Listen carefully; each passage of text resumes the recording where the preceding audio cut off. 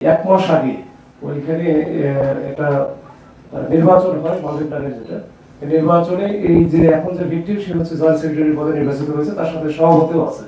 এর দুইজনেই বেরোচ্ছিল, দীপু নাম আর ইয়াদেশা। তো এদের একটা এই নির্বাচন সংশ্লিষ্ট ওইটার ব্যাপারে একটা বিরোধ আগে থেকেই ছিল।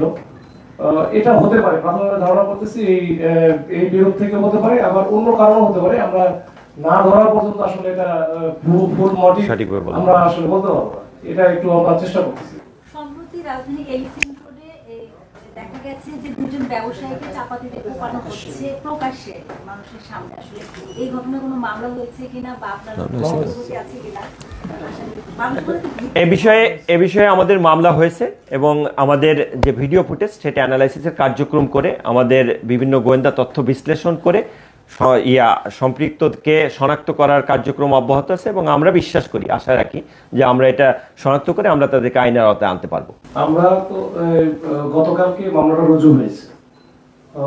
এইখানে প্রাথমিকভাবে যেটা মনে করছি, আমি যে ভিক্টিম তার সাথে কথা বলেছি, তো তার এই এক মাস আগে ওইখানে একটা নির্বাচন হয় মালদ্বীপের যেটা নির্বাচনে এই যে এখন যে ভিক্টিম সে হচ্ছে জয়েন্ট সেক্রেটারি পদে নির্বাচিত হয়েছে, তার সাথে সভাপতিও আছে।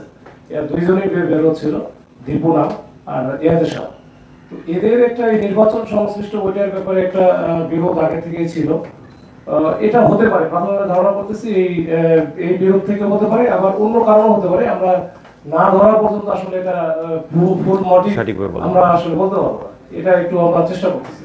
ব্যবসায়ী নিজেই বলেছেন যে এটা সরকারকে কি বল চাঁদা চেয়েছিল, চাঁদা হয়েছে, তার উপর তদন্ত সাপেক্ষে ব্যাপার, তদন্ত সাপেক্ষে করে এটা তদন্ত সাপেক্ষে আসলে এটা মানে তার সাথে আমি নিজেও কথা বলেছি, এটা ওইটা না হওয়া পর্যন্ত আমরা তদন্ত না করে বা না ধরা পর্যন্ত আসলে বলতে পারবো না।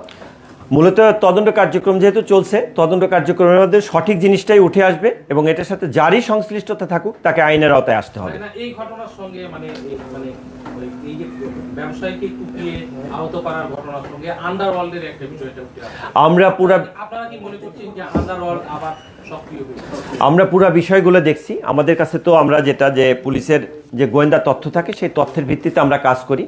তা তথ্যের উপরে নির্ভর করে আমাদের সমস্ত জায়গায় আমরা সেটার ব্যবস্থাপনা নিই।